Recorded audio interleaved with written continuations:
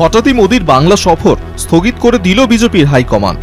রাজ্যে আগামী বছরের বিধানসভা নির্বাচনের কথা মাথায় রেখে এবছর ডিসেম্বরের মধ্যে রাজ্যে 10টি জনসভা করার কথা ছিল প্রধানমন্ত্রীর, কিন্তু মোদির সফর বাতিল করল গেরুয়া শিবির। রাজ্যে বিজেপির 10টি সাংগঠনিক বিভাগ রয়েছে, প্রতি বিভাগে একটি করে মোট 10টি জনসভা করার কথা ছিল মোদির।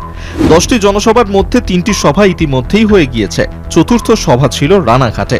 কিন্তু বিজেপি সূত্রের খবর, দিল্লির নির্দেশে এই সভাও স্থগিত করা হয়েছে।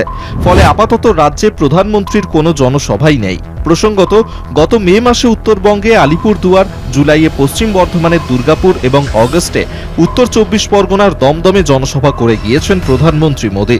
হঠাৎই দিল্লি থেকে রাজ্য বিজেপি নেতৃত্বকে প্রধানমন্ত্রীর সভা স্থগিতের কথা জানানো হয়েছে। কেন বাতিল হলো তা এখনো স্পষ্ট নয়।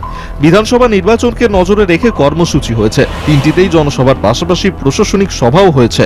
জনসভায় প্রত্যাশিতভাবেই রাজনৈতিক বার্তা দিয়েছেন মোদি। মোদির আক্রমণের লক্ষ্য ছিল তৃণমূল।